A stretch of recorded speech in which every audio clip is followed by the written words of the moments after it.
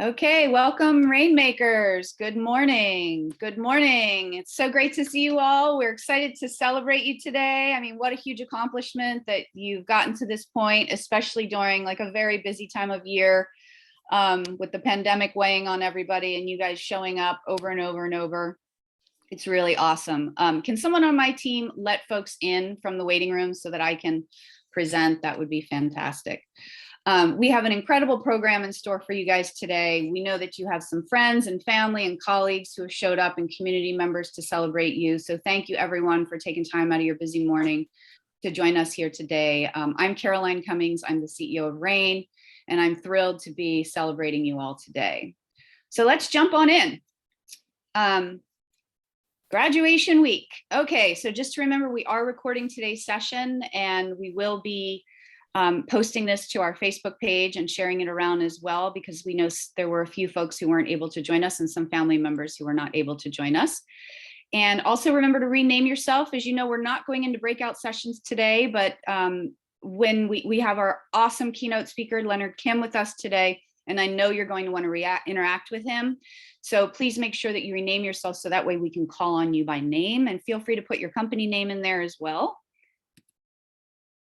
And also, it's really important that we would not be able to be offering this program for free, which is about a $5,000 value per company, if it wasn't for the 18 cities listed on this page, the 4 counties, the 2 federal agencies, and 1 nonprofit and 1 foundation. So I want to thank all of those organizations, and in particular, the U.S. Economic Development Administration.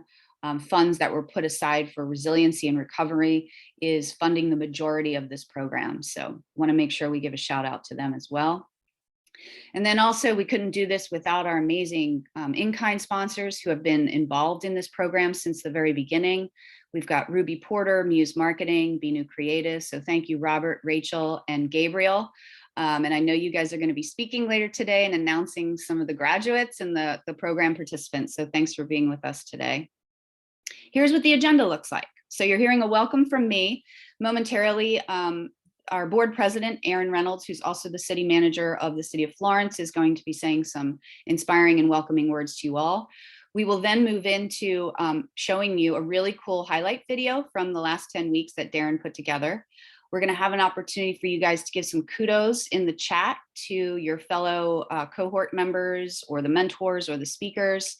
And then we'll move into the pitches, the pitch competition. Hopefully you guys all received my email explaining that process. And Ani and I were talking, we were like, gosh, it was so hard to drill it down to picking just 7 because they were all so good. But Ani will talk more about that. And then everybody on this call will get to vote. We'll announce who the best pitches are at the end. We have 4 awesome prizes. And then we're really honored to have Leonard Kim with us here today from LA, who's on with us, and he's going to remain on with us, who's our keynote speaker, who's really brilliant, and you're going to love hearing from him and interacting with him in the Q&A. And then we're going to announce the pitch winners and the prizes. And of course, as you know, our mantra at RAIN is what's next. So we'll definitely be talking about what's next. So with that, I'm going to stop sharing my screen share and hand it over to the amazing Aaron Reynolds, the board president and the city manager for the city of Florence. Aaron, welcome. Thank you so much, Caroline, and thank you for that introduction. I'm so honored to be here today and welcoming all of you to the second RAINmaker Accelerator graduation event.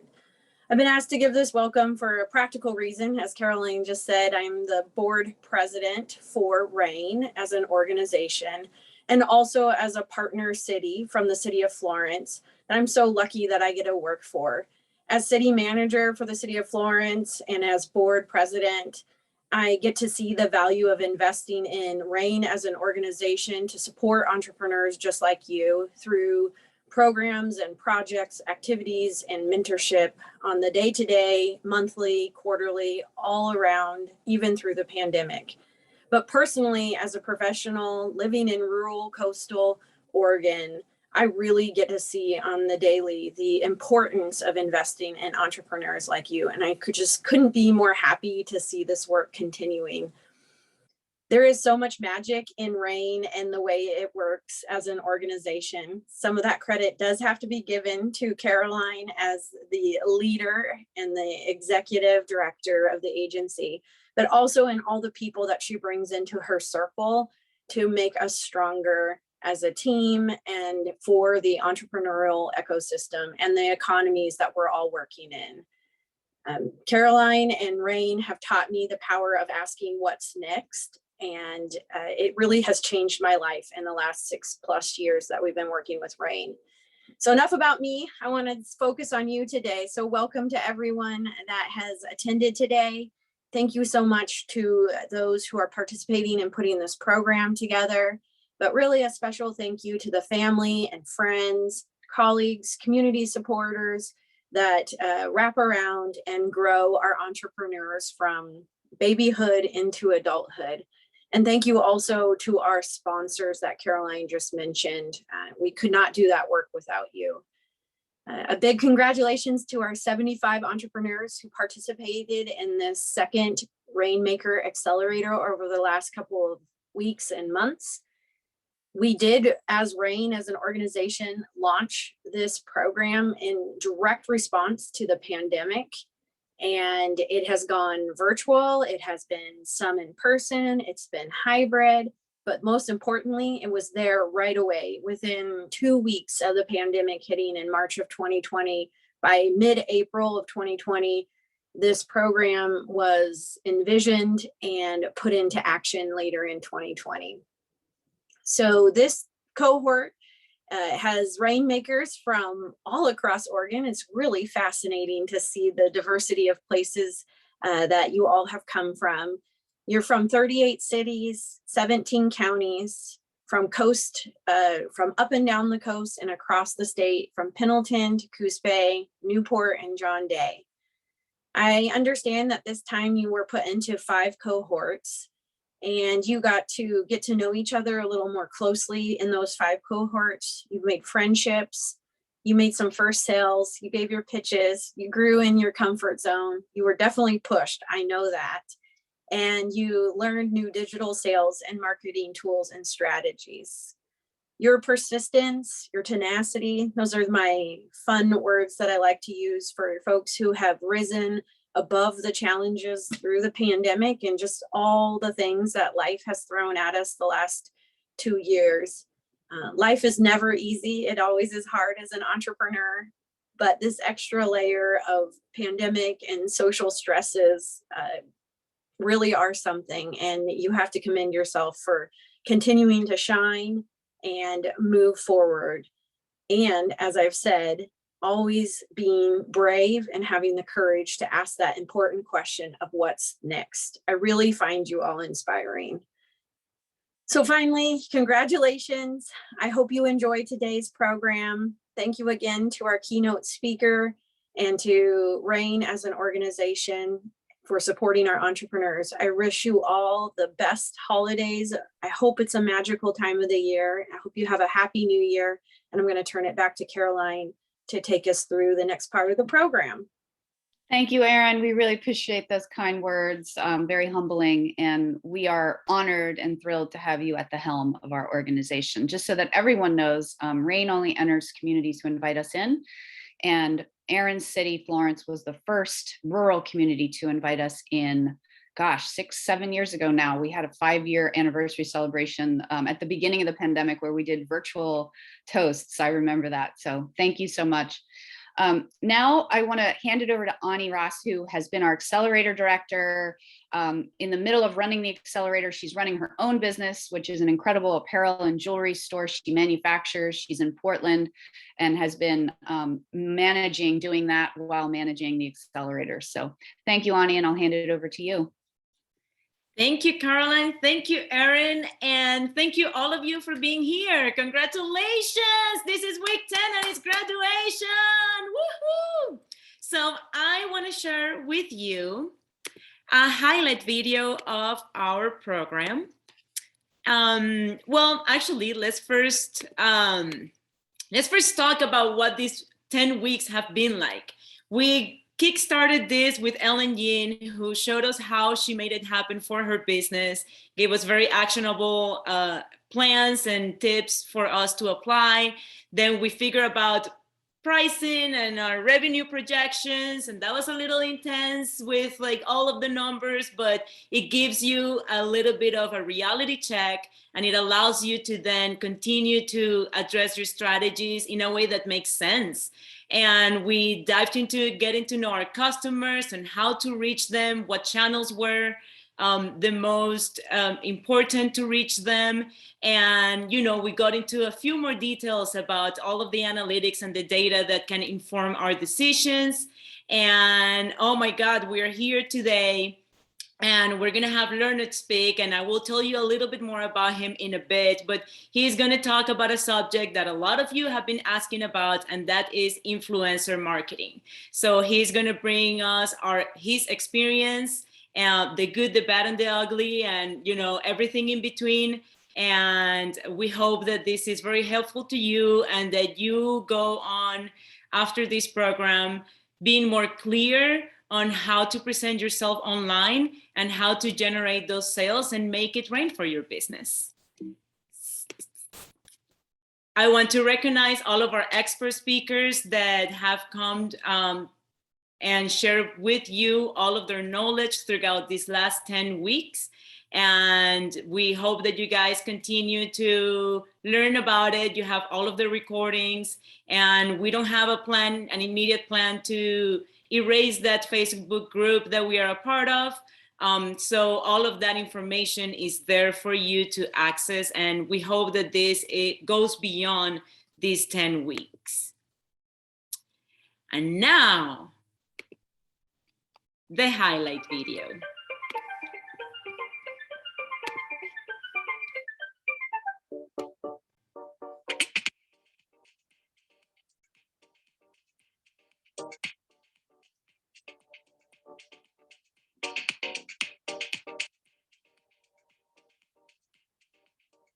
Her business from a $300 project to 7 figures of revenue in 3 years. Ellen has mentored over 9,000 entrepreneurs, and she has been featured in Forbes on the Today Show with Hoda and Jenna. It's super important when you're starting out to not let yourself get overwhelmed by all the things that you could do. And especially if you're a one-person show, especially if you're working with a bootstrap budget, I think less is truly more when it comes to the impact on your revenue and on your bottom line. I think the 3 important elements that you need in any marketing system are a traffic generator, a leads generator, and a sales generator. And to be crystal clear in identifying what those 3 elements are in your own business when you're starting out. Because it's all about building those relationships, and you cannot have a business without having some form of relationship with your customers. If you want people to sign up, subscribe, fill out a form, this would be the best option for you. He's getting very aggressive with the offers. And then the 30 is not only free shipping, but now you can also get 15% off. And this is what happens the first time someone gets into their cart. After that, it's the discounts go away.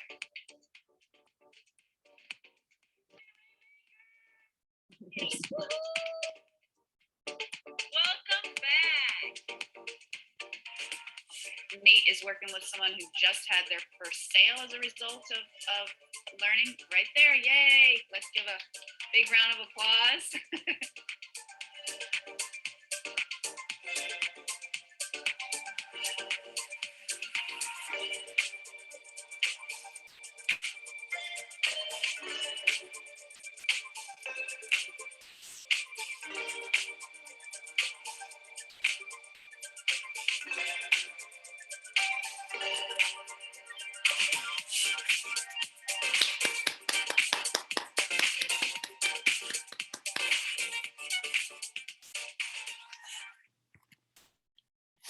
You guys, this is awesome. This is playing again, and I apologize for that. Let me stop sharing my screen for a second. All right. Well, thank you guys, and congratulations. And this is playing again. I am so sorry. Okay, there we go. Now, we are gonna dive into, well, using the chat for all of you so that you guys can share. Yeah, I can hop in. I can hop in, Ani. Thank you. All right, Yeah, thank you. Yeah, great highlight video. I think it was really fun. And we want to incorporate you guys more into that as well. So that's going to be an evolving video that we get to share around with funders and so forth. So thank you. So because we're not all in the same room together where we can high five each other and hug each other and say thank you and really recognize each other, we wanted to give you guys the opportunity to use the chat to post some kudos to your fellow cohort members, to maybe shout out to a mentor or an expert or anybody who's been involved in the program. We want to just sort of do like a chat storm. So take a minute or two and just put some notes in there. If you want to mention specifically someone, please do. We'll be saving the chat and sharing it with those individuals. So thank you guys. Yes, congratulations, everyone. So awesome.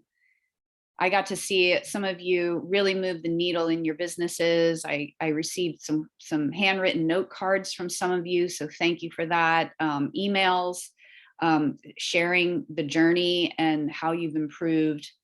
And it's really been an honor to serve each of you as you navigate this new digital sales and marketing tools and strategies. So thank you guys for taking a minute to do that. And please feel free to do that throughout the program, not just now. Like if something comes to you and you want to recognize someone and give a shout out to someone, please do so. Great. Thank you guys. Okay, back to you, Ani, for the pitches. Thank you. Now we're going to talk about your pitches. You guys, so we asked all of you to submit a 60 to 90 second video presenting your business. Essentially, you do the problem, the solution, why they should choose you, and an ask. We chose among all of the submissions the top 7, and that is what we are going to showcase today. We are going to do a poll where each one of you can go on and vote for your favorite pitch, and those will be the winners of the different prizes that we have. So let's get started.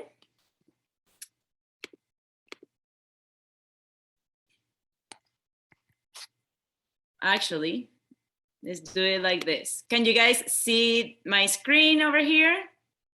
We are going to begin. I am sorry, I'm gonna have to go back and forward because I already opened all of the videos. So we're gonna start with Angela Radenor. Okay, Google, play the video of my mom and dad telling us the story about how they met. It's not there, and it will never be there. My dad has passed, my mom has passed, and just the opportunity to have that story told with their own voices is gone. And maybe everything that we need to know and learn in life is not at the end of a Google search. Maybe what we'd really like to learn more about is our own family, our family history, and those adventurous family stories that make up that history. And that's exactly what my business is all about. I'm Angela, and I work with families to preserve their family legacy.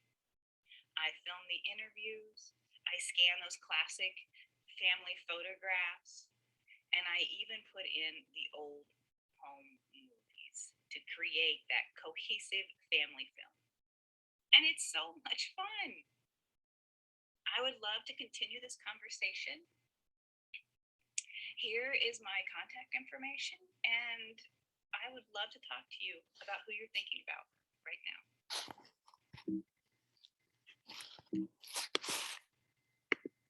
Excellent, Angela. Thank you so much for submitting your pitch. If you guys can take notes of what you've been liking, then do that. Now we have Pallavi. I hope I pronounced your name right. Hello, everybody. My name is Pallavi. I am the owner and founder of Detox, a proud mompreneur from Portland, Oregon. I make compostable tableware, in particular plates and bowls, from naturally fallen palm leaves. These are the leaves that fall on the ground. We pick them up and convert them into these beautiful tableware that are sturdy, microwave safe, compostable in just under 2 months. And they look exactly like bamboo, but way cheaper. People are often frustrated with the landfill they're causing after either using the plastics or styrofoams or the so-called compostables after events. Here, I want to provide an alternative to these harmful plastics and paper products that end up in landfill, because our product is zero waste, because it's made from a leaf. And yes, it does not end up in the landfill. It composts in just under 2 months. And our call today is go check us out. It's detox.com, as in DTOCS, the same meaning of cleansing. It is a journey, not just for our body, but for the environment. So see it as a journey. This is a step-by-step cleansing process for the body and the environment, one plate at a time. Go check us out, detox.com. Bye-bye. All right. Now we're going to continue to Didi. Have you ever wondered if eliminating food waste could be beautiful? Well, indeed it can, and I'm here to tell you how. My name is Didi, and I am the founder of Nourish Broth, a small batch bone broth based in Portland, Oregon.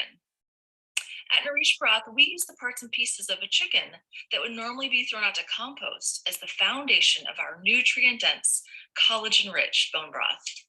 Collagen is often referred to as the beauty booster, and it's associated with smooth, healthy skin and hair. It is the pillar of gut and joint health and is found in our small batch bone broth.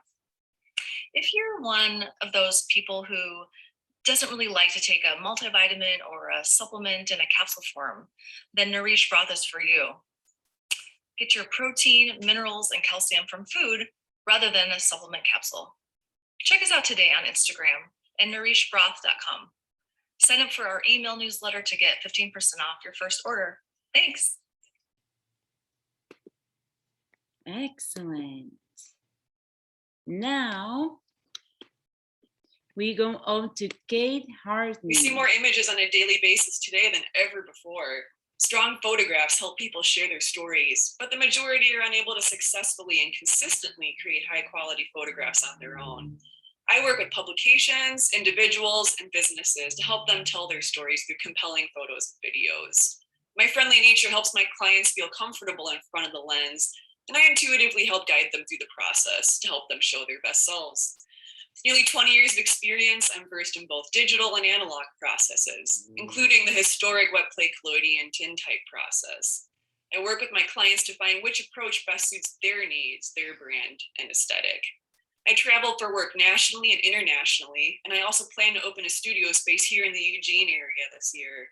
I'd love to hear how I can help you share your story, so please contact me and let's talk further. You can reach me through my website at katehphoto.com. Thank you. Okay, now we're going halfway through with Aaron. Do you want to eat healthy meals on the go and save time doing it? The Lunch Pod makes meal prep, eating, and cleanup easier than ever before. As working parents, we've got a lot on our plate, and we know just how hard it can be to find time to make healthy meals every day, which is why we've spent the past 2 years developing the world's greatest lunchbox. The leak-proof insulated lunch pod is a self-contained meal kit, and our collapsible 100% silicone shuttles are oven-proof, microwavable, and dishwasher safe, saving you time, money, and making your meals a moment to enjoy. Head on over to our website, marwellpods.com, to learn more and get a huge discount on our upcoming Kickstarter campaign. Thank you. You guys have done such a great job. Hi, I am Celiflora. Are you overwhelmed or spending too much time cleaning your home, office, or rental? Relax. Your helper is here to take that load off your shoulders, so you can have a welcoming and pleasant place to enjoy a quality time with your friends and family. We are a team with over 20 years of cleaning experience, which gives us the assurance to guarantee our work. To extend our capability of service, a couple years ago, I started Your Helper LLC, the cleaning service. To learn more about us or to see how we can help you, give us a call. We look forward to for the opportunity to be your helper. Excellent. Now we go with Jackie. Kelso, licensed realtor and owner of Here to Help Housing. Hold on one Most second. people Looks like I missed a part. Hi, I'm Jackie J. Kelso, licensed realtor and owner of Here to Help Housing. Most people don't understand what realtors actually do. They either distrust them all or they think they're all the same.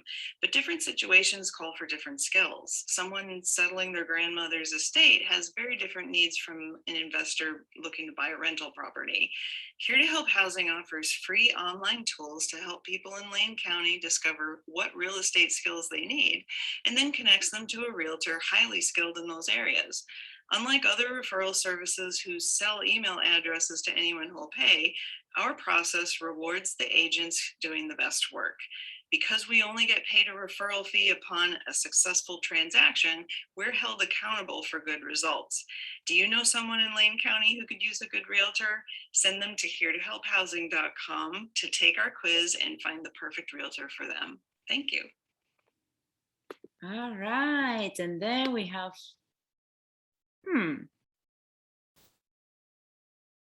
that's it. I thought we had another one. All right, so Nate, if you could please share the poll.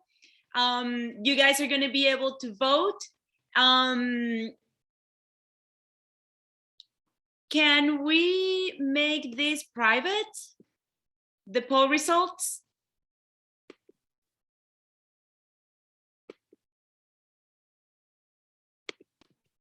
Yes, you can vote for yourself. Okay, excellent. So Yeah, while you guys do that, yes? I was just gonna say, you as a co-host can see it, but I don't think the others can see the results, yeah. Okay, all right. So while you guys take your votes, this is going to be open for a bit. I want to take the time to introduce Leonard, our keynote speaker. So let me talk to you a little bit about Leonard before I hand it over to him. He is a marketer who wins a lot of awards despite being a self-described expert at failing. Leonard's story began in 2010 when he had a situation in which he was served an eviction notice and was taken in by his grandma. And, you know, he went through living all of these experiences to then building a successful business for himself.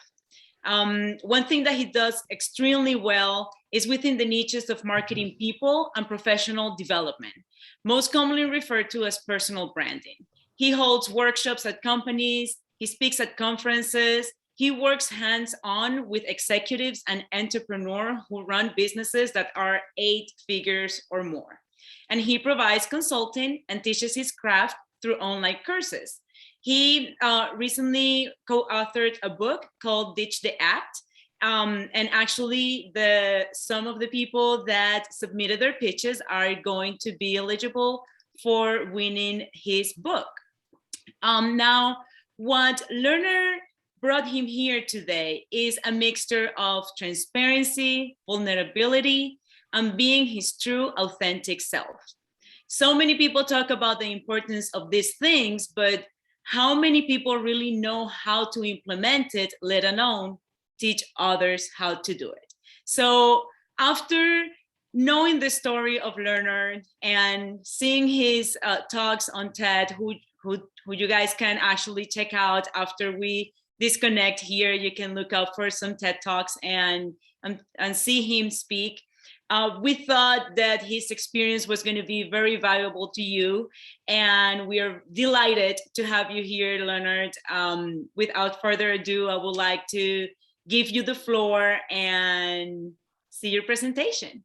Sure, thank you so much for having me on. It's a pleasure to be here. My name is Leonard Kim, and today we're going to be discussing influencer marketing. Give me a moment so I could share my screen with you so you could see an exact presentation of what I'll be presenting. And I'll also be showing some examples of exactly what you could be doing for your own influencer marketing efforts and what else is out there. So first off, I wanted to go over here and share this presentation with you. Do you see it fully on your screen right now where it says influencer marketing, what it is and how does it work? Okay, we're good. Perfect. So what influencer marketing is, I think a lot of people have misconceptions of what it is. Like you go and pay a celebrity like an NBA player or like a Kim Kardashian to go and promote your product. That's one misconception that a lot of people have. Another is it a customer that comes into my business and them sharing things? Is it someone that I work with and maybe a business associate at my company who's sharing things? Is that influencer marketing? And there's a lot of misconceptions about exactly what influencer marketing is. So the first thing I wanted to address is exactly what it is. So an influencer in today's terminology is anyone who has over 5,000 social media followers on the internet. They range from micro influencers all the way to macro influencers. And the micro level would be someone with about 5,000. On the macro scale would be someone with over 1 million. Now, these influencers, they're usually recognized in a target niche for exactly what they're doing. Some are in the food space, some are in the retail space, some are in the technology space, some are in the space space, and they vary across industry.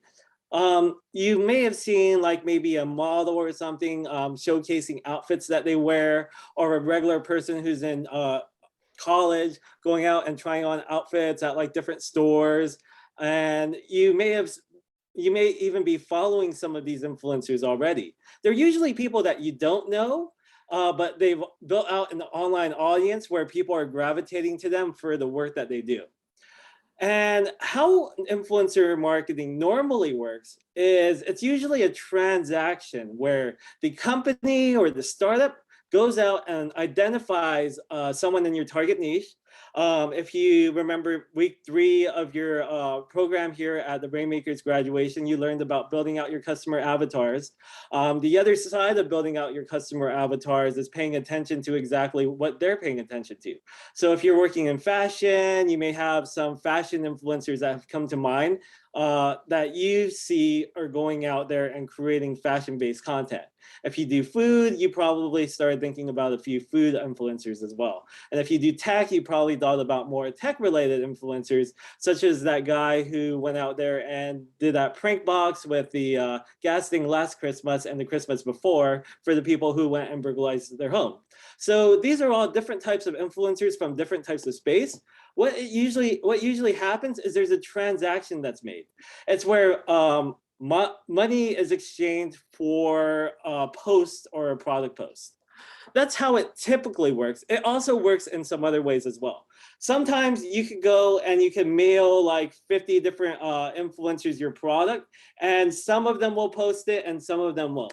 That is a little bit more variable, but influencer marketing in its true essence of itself is when you pay another influencer to do the work for you, so they're going and creating content. Now, there's a lot of different objectives that companies have when they go out there and do an influencer campaign. Right here at the very top is brand awareness. That's something that a lot of large companies look for because they want more people recognizing the name of their company. It's also good for a lot of e-commerce based companies and a lot of retail products as well. Now, sales, that's more important for a company that's kind of like in the startup world and someone who's going out there and selling like a service, like the realtor service example, that one would be more driven down the sales side because that would be getting someone to actually convert and actually using the product to find a realtor in their area.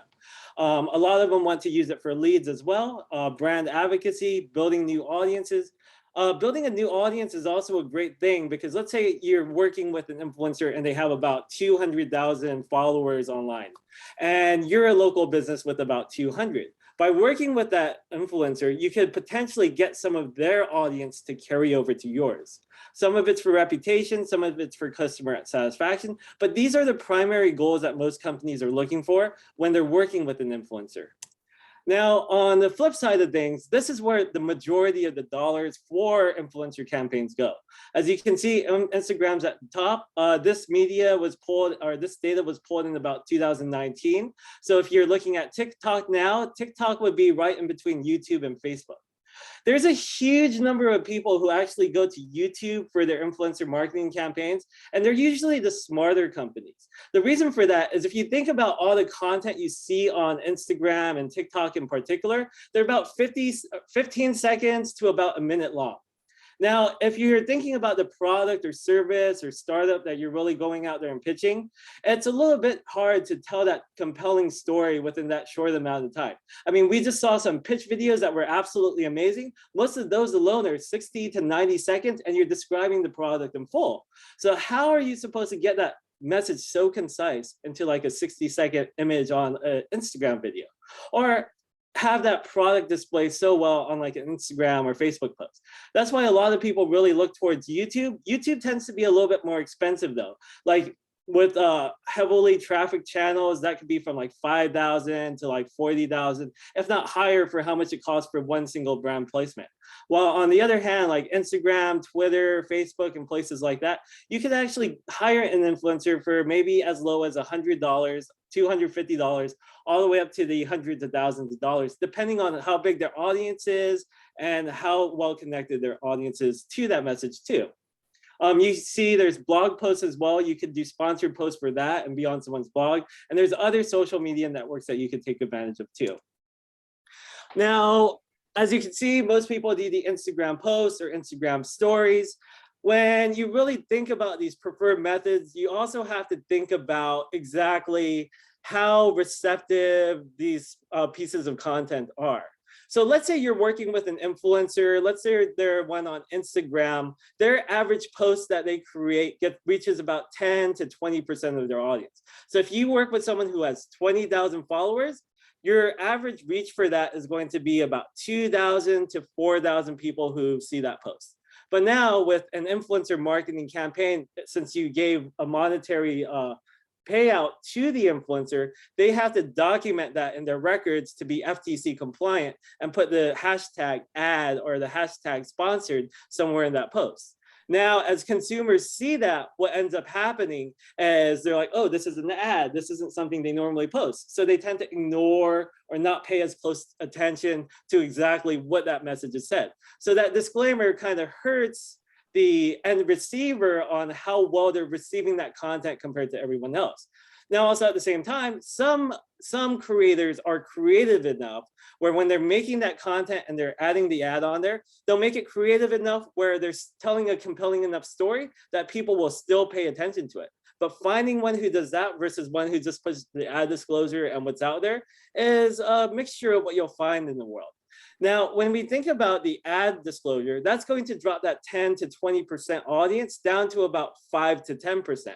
So realistically, your 20,000 projected audience that you think you're going to get to see your content is actually going down to about 500 to 1,000 people, somewhere in that range.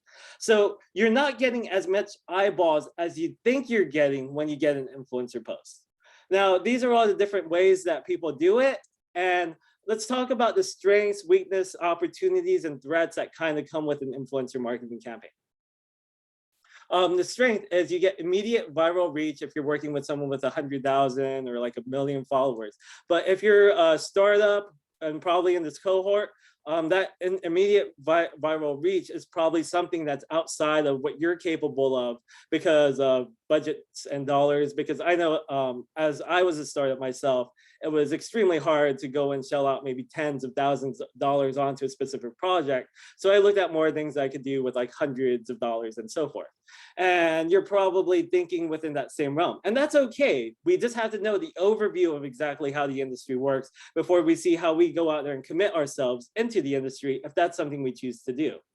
Another problem is, like we said, the person with about 20,000 social media followers, in our mind, we're thinking we're going to get a reach of about 20,000 people. So a lot of people overpay these influencers. And what ends up happening is the influencer walks away with a few grand, they're happy, they're excited about what they did, but the brand usually ends up being hurt because they're like, I missed my expectations from this post.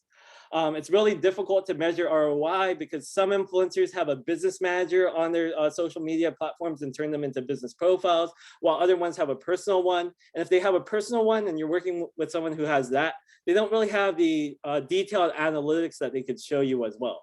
It's extremely hard to measure the ROI because you can't measure it directly from the money that you paid to how many sales you get, because that's not a direct translation that usually happens in influencer marketing. It's more about the brand awareness and how many people begin to start to see your product. There's opportunities where you could go to an undervalued market. So let's say, for example, you have a product or service and you think about going to a big celebrity. That's what most people think of for influencer marketing. But let's say there's someone with like 2,000 followers out there and they're like really funny and they're in line with what you do. Their branding with their whatever they're doing is really in tune with, like, let's say bamboo plates, for example, and they're very holistic with what they're doing. If you go and approach someone like that, that person's content could be a lot stronger than what the audience that you're buying is. So let's say they're very holistic. You get them to use your bamboo plates. They create some content for it. That content isn't just valuable on their channel, but if you do influencer marketing the right way, not the old school way that everyone teaches everyone to do, you could actually use that content, and then you could use that content to drive it to your audience and your customer avatars yourself. So for an example of that, let's say, to get those rights, you have to take things a little bit further than what you normally do with a regular campaign. Instead of saying, here, I pay you for your campaign, please make a video for me. You say, I pay you for your campaign, make a video for me, but can we also have the rights and the usage of that video for X amount of time, whether it's 3 years, 5 years, probably not indefinitely, because most people don't want to sign away the rights for life. But if you have a specific time frame that you could use it, they could send you the asset. Or if you studied week 8 on the advertising platform of the cohort, you could actually tie your business managers and your advertising tools into their platforms so they could go out there and use that, as you could promote their content through their channels using your ad manager. So that opens you up to new markets. The other threats are, you could be working with someone who takes maybe 3 weeks to get back to you every time you send an email correspondence, someone who wants the money but isn't really excited about your product, someone who does a horrible job at posting the content, and things like that. So there's a lot of risks that are involved too. Finding the right influencer is hard. It's kind of like hiring for a job or a freelance position. You find some people who are amazing and go and jump off the bat and do an amazing job at your company. And other times you hire someone who works there for about 3 months and you have to let them go because they're underperforming. So you kind of have those same issues in the influencer space. So as we said earlier, it's hard to measure success. Getting influencers to follow within your guidelines can be quite difficult, especially if you're doing a time campaign. I did an influencer marketing campaign specifically so we could show results for this particular keynote. So I'll be going over those as well. And in this, we'll also see there's hidden benefits, like it creates user-generated content too.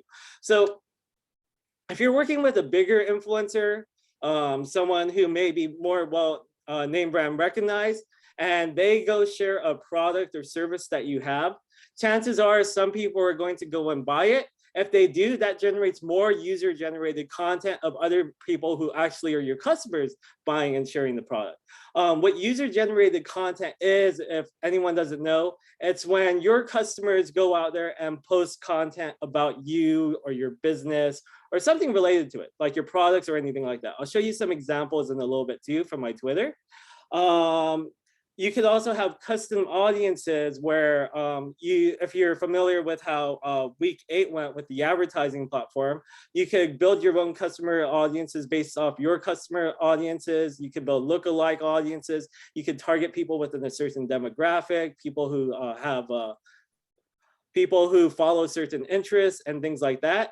And it's all about finding that one person that actually transforms your campaign. But if you're on a low budget campaign, that becomes even more difficult to find. So when we think about how we're going to go out and approach influencers, this is a lot of the stuff that you've already learned in the cohort. What kind of content do you want to create? How do you optimize it for social? What kind of call to action do you want to put into it? What kind of distribution are you going to do for it as well? Basic stuff, probably already learned about it, but this is more geared toward the influencer as anyone else.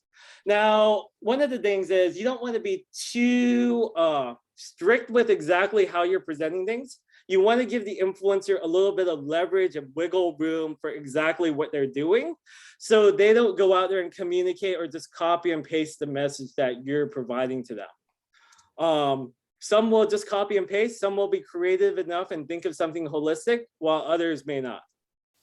So I wanted to show 3 examples of 3 bigger campaigns so you can see how the big campaigns work, and how if you have hundreds of thousands, if not more, in ad dollars, how influencer marketing can work at the micro scale. Then right after this, I'll show how it works on the micro scale with an example that a company worked with me for as well. So for the first company, that's an Inc. 500 company with distribution from TV to retail and a host of a variety of established brands. They're internationally recognized, and they're the #1 best-selling brand of air fryers. So what they did is they partnered up with a lot of fitness influencers on their campaign. And with that, they did 90 different posts that led to about 25 million impressions for the post. 724,000 people engaged with it. They had a $3.95 cost per metric if you learned that from your advertising costs. So with this particular campaign, I can't disclose the name because it's a client for one of my friends' agencies, not my own, and they have a non-disclosure in place. But if you start to use those keywords and look around, you could potentially go find them. It's an air fryer. And some of the people did amazing campaigns where they actually went out there and they cooked with the air fryer. They cooked up their steak, they cooked up their chicken wings, and they went out there and started to show exactly the process of making it. Other influencers, on the other hand, went and posed with the air fryer in the photo shoot. And they're like, yeah, I got the air fryer here right with me. So from that data, you could tell that influencer campaigns sometimes could go right and connect well with their audience. And at other times, it could completely miss the mark. Because if you really think about it as a consumer, who's going to go out there and buy an air fryer because an influencer is holding it? I don't think I would, but that kind of shows you the variables of what could happen in the market. Over here, this is another pet product company. They make nourishing freeze-dried raw dog food and a lot of different posts like that. They did 533 different influencer posts with their campaign. That led to 21 million impressions. For these people in particular, their influencers weren't people. They found animals as their influencers. So it's a little bit more creative and a little bit more unique. So if you're in the pet space or you have anything to do with pets, maybe don't think too much about the person as an example, but maybe the pet as well. If you're doing something more creative, maybe you've seen some cartoon avatars out there. The influencer doesn't always have to be a person that you work with. Another company did a product launch for a cell phone case. And for this cell phone case, they put up a lot of content out there and went to 58 different influencers. It led to all these results. But one of these 35 million impressions out here just happened to be a top executive over at one of those big box stores that has warehouses and stores all across the country. And one of them saw the post, was interested in what happened, and put this product into all their stores. Now, at a macro level, that's potentially a result that could happen. But on the micro level, it's extremely unlikely for it to happen. So I wanted to kind of show you what happens at the micro scale. I put up this post up on Twitter and I said, I have a talk to do on influencer marketing next month. This is about November 13th when I put this up there. A grand campaign, something that would go and fit within the startup. If we look at the tweet activity, I got 58,000 people to see this. As a top digital marketer, a lot of people are marketers who see my content. And if you type in influencer marketing, Mr. Leonard Kim on Twitter in the search bar, you can pull this up on your screen to see what the results are. But not a single person showed me results of anyone doing an influencer marketing campaign under $1,000 with it working. So more than likely for a startup, it's not going to work, but it could. I worked with a company. They're called StartSite. I've been working with them for a few years. I have an lk.site domain. We have a long-term relationship. So when they approached me for an influencer marketing campaign, I originally thought, I don't want to do this. I hate doing influencer marketing campaigns. They really suck. I have an agency that pays me pretty well. This is like, it's not that exciting for someone in my position, but in other people's positions, it's extremely exciting. So what they wanted to do is they wanted to do a contest where you submit your name, you submit the name of a company that you want to have, or an ideal of a name for a company, and your email address. And I kind of agreed to it because I'm like, I can't find any examples for this. Maybe I'll just take on the campaign just to show everyone here like how it actually works in actuality. And like from that campaign, you could win a one-on-one time with Kevin Harrington, who's a shark. You could get a MacBook Air. I had a few of my friends apply because I'm like, hey, no one's applying to this. Why don't you apply so we can share the prize? I'll buy it off you. You can win $2,500 in cash and a hoverboard. So initially the campaign was going to be 5 tweets, but they had to kind of pivot it all the way through because I'll kind of show you why they had to pivot. They preloaded me with, so first off, let's preface this with the company felt that the overall results of the campaign were absolutely amazing, and they were blown away with exactly how many responses they got. So with that, I'm just going to point out some simple improvements that could have been made to make their campaign even better. So they loaded me up with whatever the character limit is on Twitter. But when they gave me the content, one of the problems with it was that they didn't factor in how many characters a URL takes up. So when I went to go and make my content for them, I had to replace like hot with a fiery emoji and take out a few words, turn and words into ampersands to kind of make it fit within their guidelines to make it fit. So when you're delivering content to an influencer, make sure it kind of goes out there and fits within those guidelines. So they could just go and copy and paste it if necessary instead of taking things away. As far as tweet activity goes for this post, this one led to about 17 link clicks. With an audience of 500,000, you would think that's pretty small, which is fine because it has the word ad on there. It looks like a sponsored post. It is a sponsored post. And it looks like it's written very, very advertising, which is what I was given and what I wanted to show as a result. So on the contrary, if someone were to take out tagging Kevin Harrington and actually maybe writing his name, it wouldn't highlight blue, so it would be distracting to the reader. If a brand didn't care about getting their get.site or Namecheap out onto the actual post, since it's already kind of down here anyways, that it would be a little bit easier to say, we have a contest where you could win a hoverboard, a MacBook Air, a one-on-one with a Shark Tank named Kevin Harrington, or $2,500. All you have to do is enter your name, enter the name of a company that you want to choose as your brand, and you could win. If it was like delivered like that, like maybe these 17 clicks would be like 100 clicks or something like that, because it's a clear, concise message. But this campaign, the objectives are all over the place. Is it get .site, the awareness out there? Is it get Namecheap's awareness out there? Is it to get people to the site? Is it to get people to fill out the form so they can submit their email? Like, there's so many different objectives that are going on that it becomes a little bit convoluted when it comes to the end user, and they don't exactly know which way to follow. Now, the next one is a little bit easier to understand because it has a little image here, and creative's kind of similar, almost identical, not really too much of a difference. This one led to 72 link clicks. Why? Maybe the visual made it a little bit more appealing. Maybe the clear instructions kind of made it more appealing, or things like that.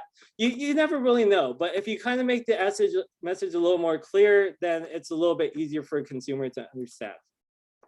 Now, I did a third tweet with them, and basically same thing, different creative. This one led to about 11 link clicks. So as you can tell, with different creatives and everything, different things get different results. So what does this tell you as a creative and a business owner? Before you go and test any creative with whoever you're going to work with, go and test it on your own channels and put it in your advertising platforms first to see what's getting the lowest cost per click. If you're doing that before you hand the creative over, then you know that you should probably go with the second one, because that's going to get 73 clicks while this one's getting 11, and the one before that was getting 6. So you could craft your creative to be more specific to the audience that the influencer is going to be driving it out to. Now, while I was doing these 3 campaigns, I'm like talking, I was over in Austin at my friend Catherine's house. I'm like, hey, Catherine, like I put up these posts and no one's entering these contests. Like, I'm pretty sure it's by how the creative is and stuff like that. Why don't you go and enter? So I send her the link for the post. She goes and pulls it up on the page, and it looks similar to this, but there's a enter name, enter ideal name, and like email on the page. And on that landing page, she turns to me and she's like, Leonard, I don't understand what I'm supposed to do. And then my other friend, she also turns to me, Rita, and she's like, what are you supposed to do on this page? So with the landing page, that's another area that you could go and sit and make improvements for. So test it with people who are outside your industry, so they could go, look, people are kind of disconnecting with the landing page and they're not actually converting. Let's see, and let's improve that so people can have a seamless experience. Now, I brought that to the attention of the company, and I said a lot of people in the startup space would I said a lot of people in the startup space feel uncomfortable sharing the names of their companies, and they think that people could go and steal it and whatnot. And they're like, we agree, we thought about it this way, but they only had the internal thought bubble where they went to go and create their content, instead of taking some outside factors into going and testing it outside to just make sure it was as seamless as possible. Now, because the campaign wasn't going as intended for the company, they did something smart. They decided to pivot, and they're like, okay, let's move away from tweets for a bit. Let's see if we can move from Facebook and Instagram, for example. So they had me post this content, which talks about a Mac. They had me post this content, which talks about a hoverboard, Mac, and a one-on-one with the shark. They had me do this one, which talks about a hoverboard, I guess, and the prizes and whatnot. And luckily, my Instagram and Facebook business tool like synchronizes posts. So that also gets copy and pasted to my Instagram as well. So as you can see, it kind of is the exact same content. Now, what the company needed in particular was they needed for me to post, and I share my business manager with them so they could run ads from my account with their business dollars. So that's another thing you really want to consider if you're doing influencer marketing the right way. You want to tie in the personal brand of the person who's the influencer and push it out to a wider audience. The reason you want to do that is because when it comes to clicks, my friend over at Adobe, he ran the exact same ad, exact same copy, exact same image, exact same everything from the Adobe account and his account. His account got 10 times more clicks for the exact same campaign budget. What that means is people click on things that from people as opposed to from businesses, because with people, you could get to know, like, and trust them as opposed to with the business. So with that campaign, what it kind of led to is it led to 97 clicks total on Twitter and 30 submissions on Twitter. So about 1/3 the people actually went through and submitted. As you can tell from the Twitter analytics, the numbers are a little off. That's because data points don't always match up one-to-one, which kind of sucks. With the advertising campaign for the Instagram and Facebook posts, they spent $3,000 and $3,050. That led to about 1,173 clicks, which led to about 38 cents a click. Not bad there, but it led to 320 submissions or $9.53 a submission.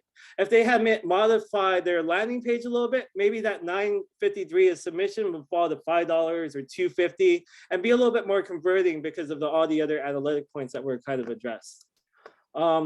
So another thing you could do is if you don't want to go out there and spend all the big money on influencer marketing campaign, you could also go and figure out what your existing customers are already saying. That is considered user-generated content.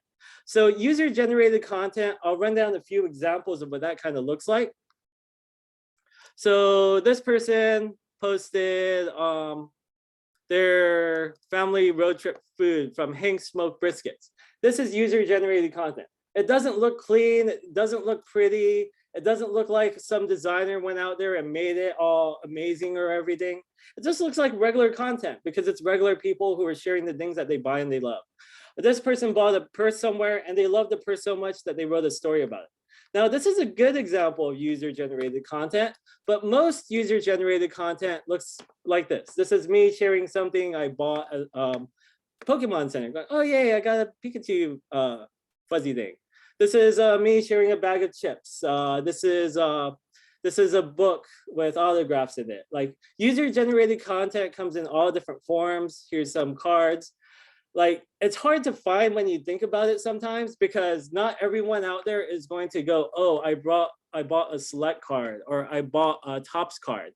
Like I use baseball player and I don't always fill in the details of this. So if you're going out there and you're using your listening tools, you could potentially find clients who are going out there and speaking about you, but it might be a little bit hard because not everyone is going, oh, this is a Panini Optic card. Let me put the branding specifically in my post. Now, one thing that you could do to counteract that is if you're in the retail space or you're going out there and you're bringing people online, you could ask them to follow you on social media and you can follow them too. And then you can start to see their channels to see if they're posting anything about your products. But with these products, you could also go out, like this is an Upper Deck Space Jam card. I bought it last week. I never even knew Upper Deck made Space Jam cards. So that kind of brings awareness out for that. These are some other random products. Like user-generated content doesn't really look good, but it's also feasible.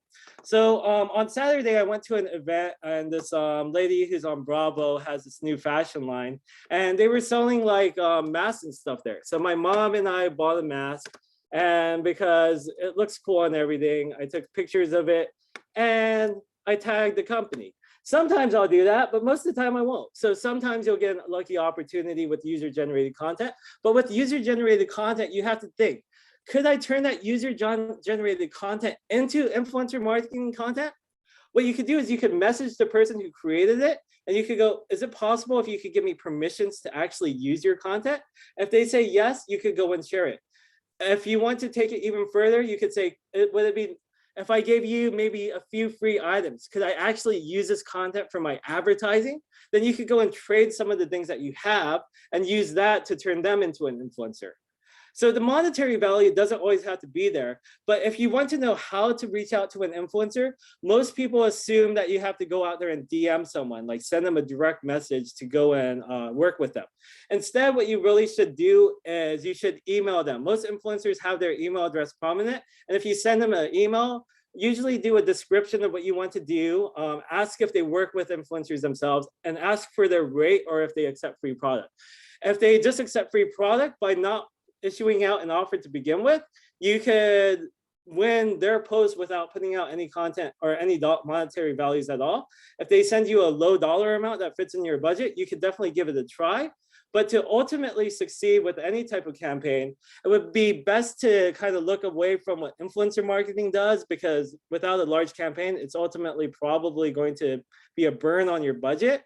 And while using UGC is a good thing, it's going to be difficult unless you already have an existing client base. It would be good to start at looking what you could do to build your own personal brand. And Leonard, can we do questions? Sure. All right, so I have a few over here that I am going to read. These have been on the chat. And so the first one is, could you give influencers a bit.ly, I don't know how to pronounce that, link to put in their post as a way to see click-throughs and ROI? You could, however, on Instagram in particular, you can't actually click on the link into the actual post. So the platform doesn't allow you to do it. You could ask the influencer to change out their bio link for 24 to 48 hours to the bio link or to your bit.ly link. However, influencers are not going to want to do that, and they'll ask you for money to do so. All right, now next question. What tool do you use to synchronize your campaigns? And Leonard, you can close your screen share so we can see you better. Great job, by the way. That was a lot of awesome information. Oh, thank you. Screen share, stop share. Okay, what tools do I use to track my campaigns? I personally don't do influencer marketing because I don't believe in influencer marketing, and I haven't seen any campaigns that work. And all my friends who work at agencies tell me what happens behind the scenes, and while they tout the accolades to the front, like when you're marketers and you're talking, you kind of know what really works and what doesn't. So I don't do it myself, so I don't have any campaign tools. I've been invited to a lot of different platforms to use as an influencer campaign, but you would have to do your due diligence because some platforms have strong networks that they've already built and some have weaker networks. So it's on a case-by-case basis. Okay. Let's see. Do you have to take permission from a user to showcase the review for their purchase of your product? Where is the review? If the review is on your website, they already probably agreed to it based off your terms and conditions. If it's on Amazon, it's probably the same because that was already given up in the process of creating the review. If the review is a social media post and they just put, I feel that this is an absolutely amazing product, then you have to go and message the person and say, oh, thank you so much for the review. Do you mind if I use it for my marketing collateral? So the review is on Amazon, she clarified. Okay, then it should be fine because she gave up the rights to that and putting the Amazon post up. All right. Now, given the example that you shared with the lame tech post that you were asked to do, when doing a post for a brand, do you prefer maximum flexibility so you can post in the way that works best for you and your audience, rather than being micromanaged by the brand? Or does you like to get all of the assets and copy from the brand to share? It's case by case. Me personally, I do the hour versus the dollar per hour versus how much effort it takes. And if they could line it all up for me and it takes me 5-10 an hour max, then I'll do it. If it takes me 5, 10, 20 hours to create something like I did for Invisalign, which was really, really painful, and I should have probably said no because it became a lot more work than it was, then I'd like to see a large dollar amount for me to consider doing it. So it's case by case, person by person. A lot of people with about 5,000 followers, no one's really reaching out to them for brand deals, so they'll probably hop on it. All right. So if anybody else, I asked all of the questions that we had in the chat. I think we have time for one more question before we announce the winners. So if somebody has a question, feel free to unmute yourself and ask away. Can I ask a question and answer it? Absolutely. So when you're looking at influencers, a lot of influencers have national or global audiences, which are a little bit too big for someone who's just in Oregon to go and promote. So when what kind of influencers should I be targeting would be the question. And you have to think about who's local. So when you think about who's local, it becomes extremely hard because you're like, okay, this person's got a fashion thing. Who cares about fashion? Everyone across the world. So they have a big, wide audience. But when you think about a food influencer, for example, they go to the local restaurants, and who cares about those local restaurants? Local people in your community. So food influencers are highly underutilized as influencers. No one pays them for anything, but they all have your hyper localized audience right around exactly where you live. So if you have a brick and mortar business, that's probably the best type of influencer to work with, or maybe like a local DJ or some local rock band, like something super local that only the local community knows about. That's probably your best bet for your influencer campaign, unless you're a startup and you're national.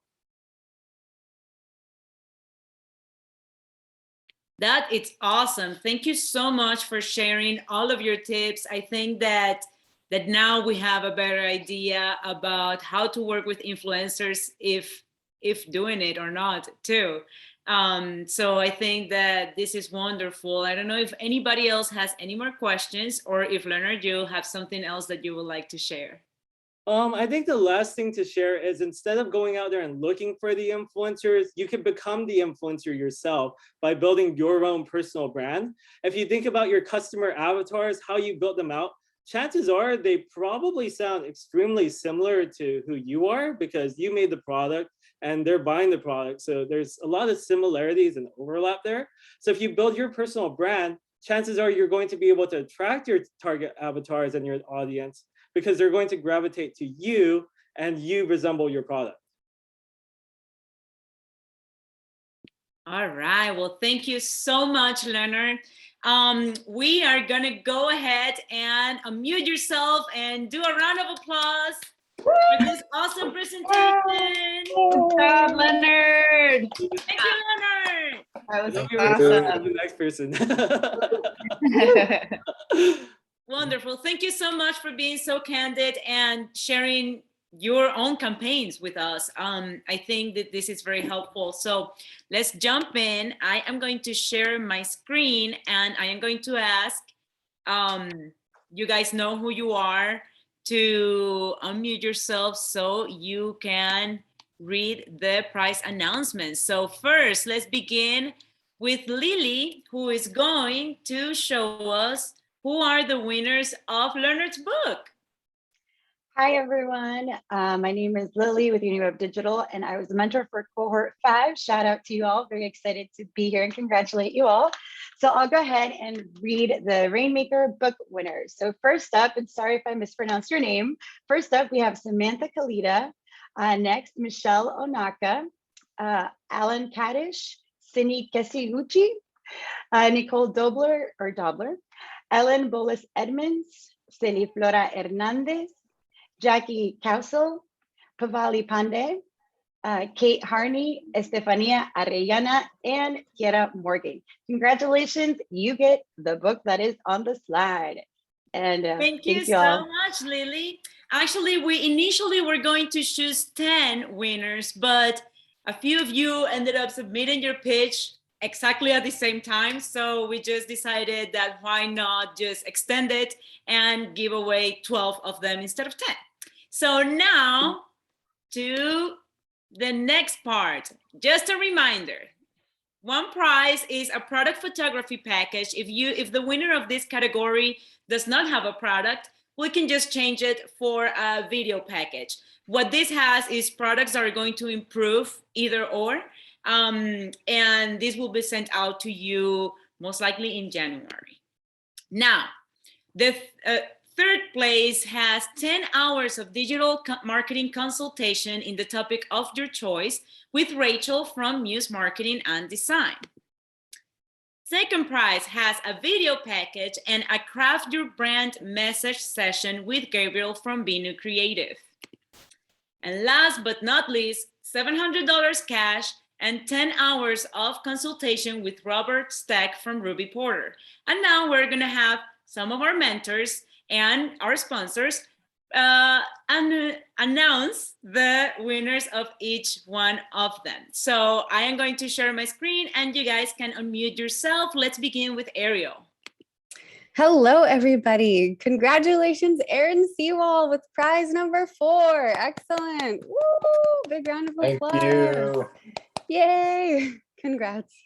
Thank you. Thank you, Ariel. Congratulations, Erin. Woo! All right, let's go on number 3. Rachel. Congratulations to Angela from New Mint Media for your wonderful pitch. You get 10 hours of time with me. So we can work on some of those email marketing things we talked about last week. Awesome. That's super exciting. Thanks, Rachel. Yeah. Congratulations, Angela. Congratulations, Steli Flora Hernandez from Your Helper LLC. You're going to get to spend some time with me crafting your message from the inside out. I'm so excited to work with you. Awesome. And now, number 1. Congratulations, and I apologize if I'm a butcher this. Pravadia Panda. Alavi, yes, thank you. Yes. Sorry, I'm trying. I loved your pitch. That was awesome. I loved how you actually used your product in your pitch. Like that's what put it over the top for me. And I want to take that excitement and that knowledge that you obviously already have about your product and marketing it and try to really accelerate it. So we're going to spend about 10 hours together and try to get you to just knock it out of the park. Yes. Awesome. Congratulations to all of the winners and to all of you that submitted your pitch. We really enjoyed being able to see you put yourself out there. And I also want to share that some of you sent me an email telling me that you had your first sale after practicing your pitch. And that is wonderful. So congratulations for getting yourself out there, for developing the courage to take action and to continue to apply everything that you learn. Now I'm going to give it away to our mentors again, and they are going to announce the participants and graduates that we are celebrating today. Robert.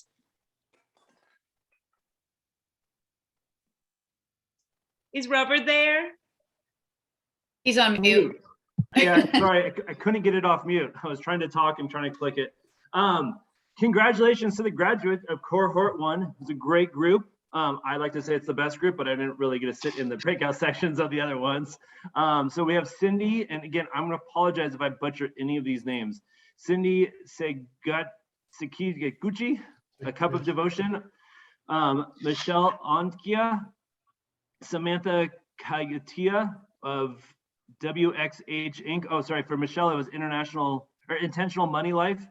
Then we have Sarah Frazier and Camellia Moss, both of Camellia's Candles in Lebanon. Do you want me to read all the participant names as well? Yes. Awesome.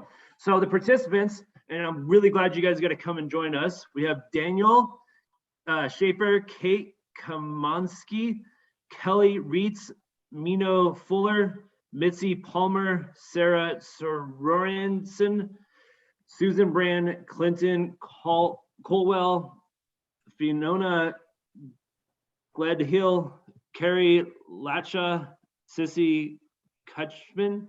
Again, I really apologize for butchering any and all names that I did. But thank you guys for being there. Thank you, Robert.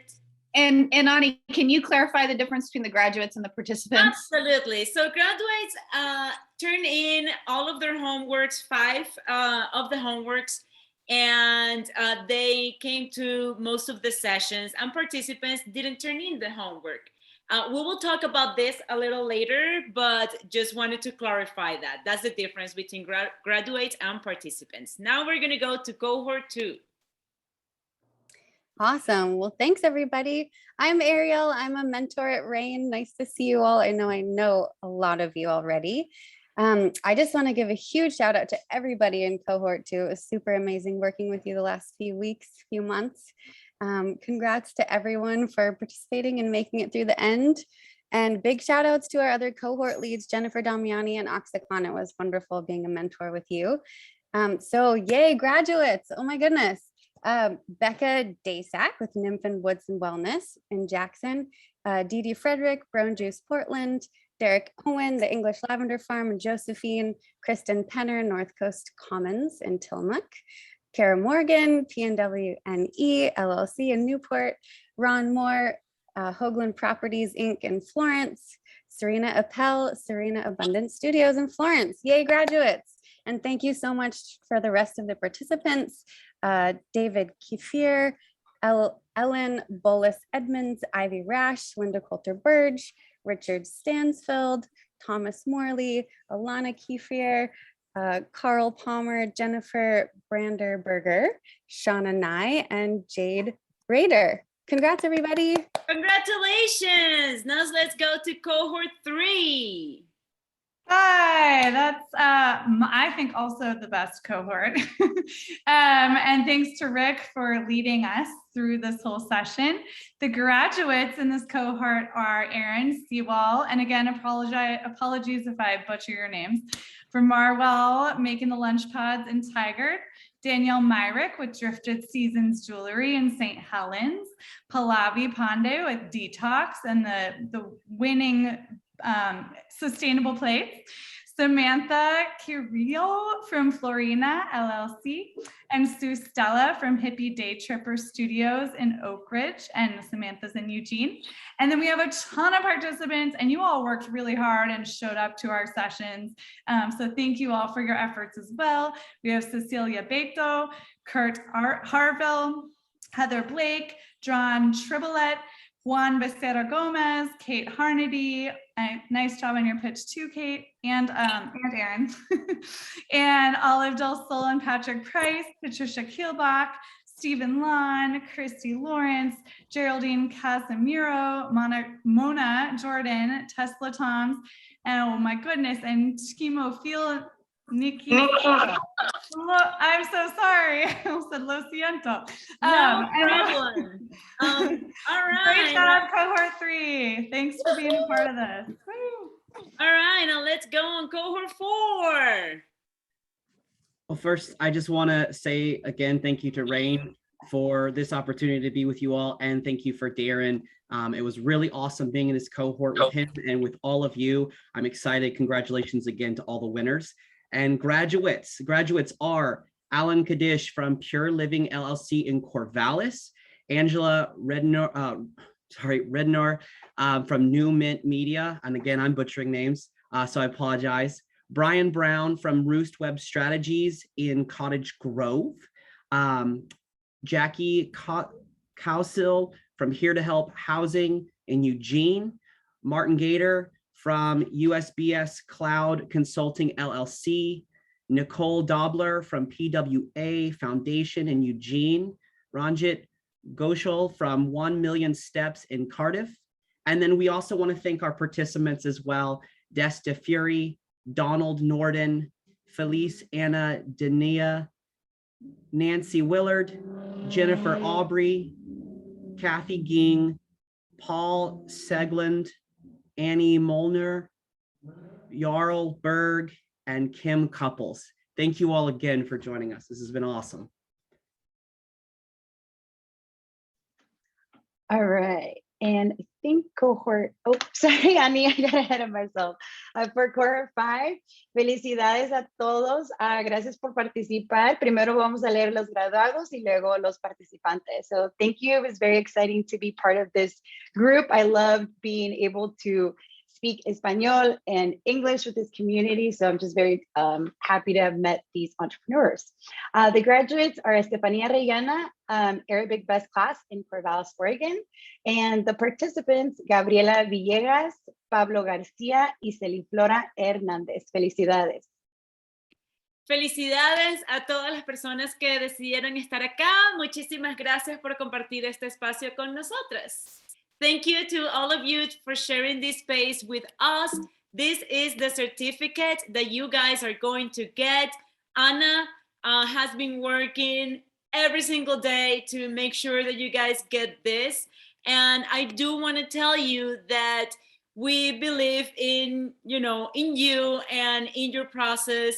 if you want to get a certificate, but you didn't have time to complete all of the requirements for today, you can still do that until the end of the year. And then in January, when we come back from our break as a team, then you will get your certificate as well.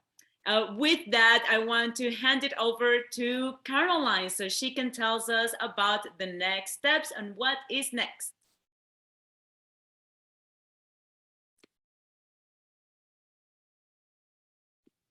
Caroline? Sorry, this time I forgot to unmute myself. It's one of those days. Anyway, I was gushing on all of you.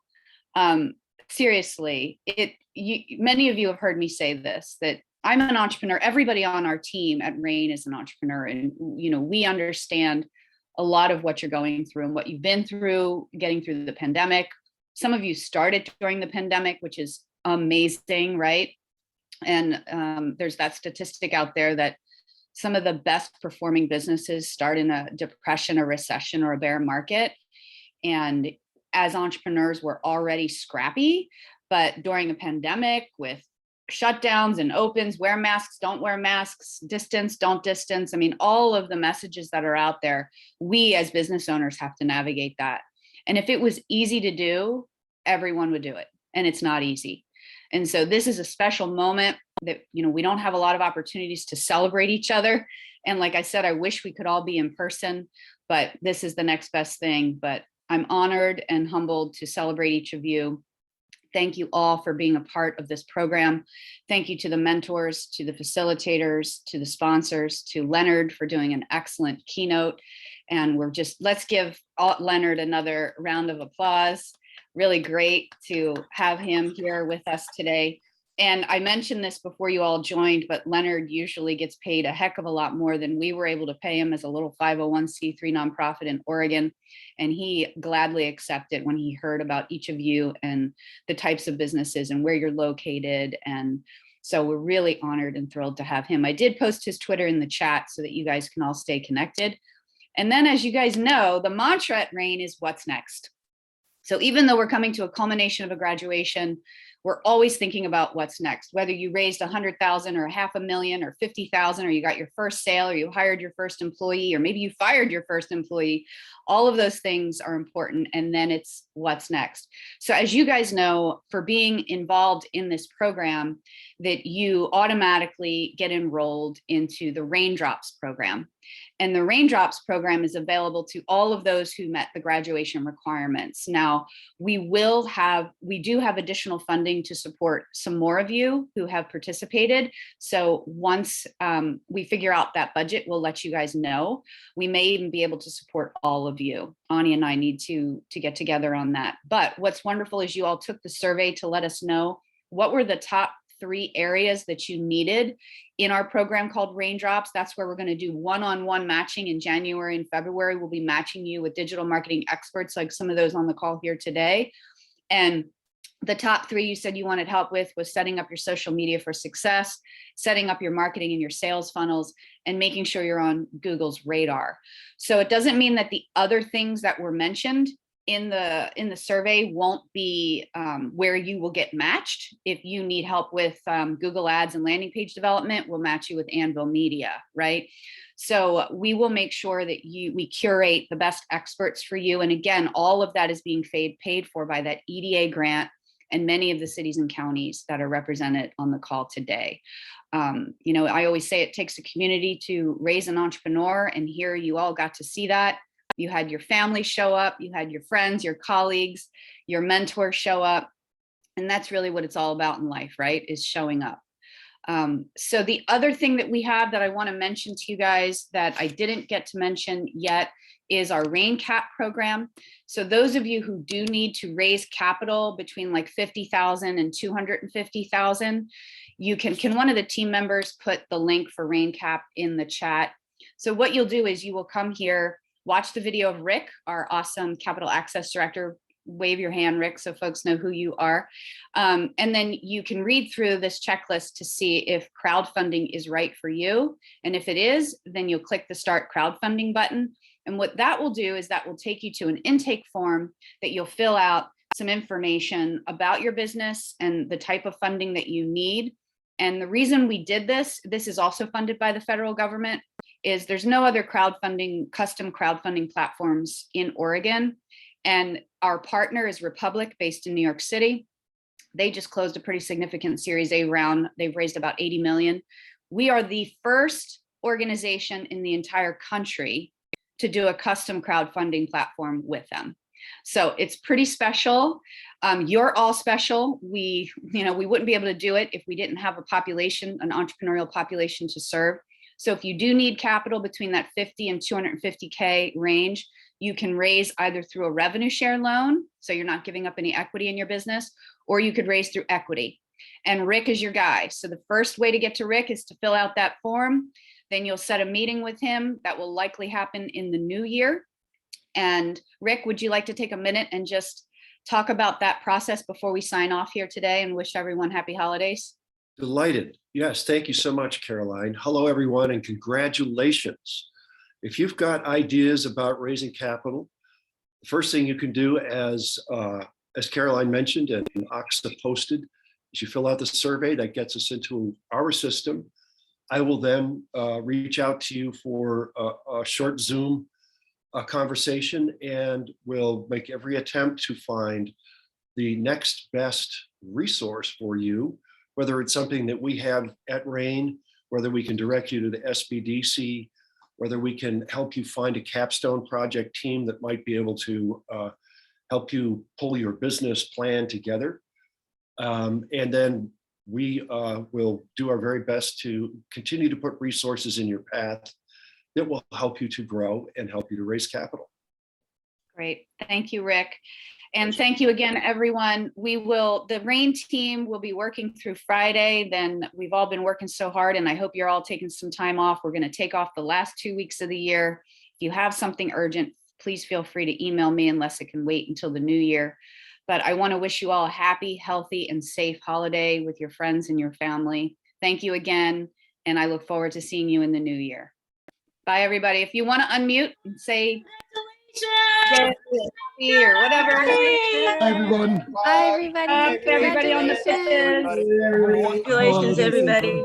Caroline and the See you, RAINmaker Rain. team, we Happy want to holidays, send everybody. heartfelt thank you to everybody for bringing us the resources and helping us make it happen. Everybody's a winner here today because everybody did something, and doing is powerful.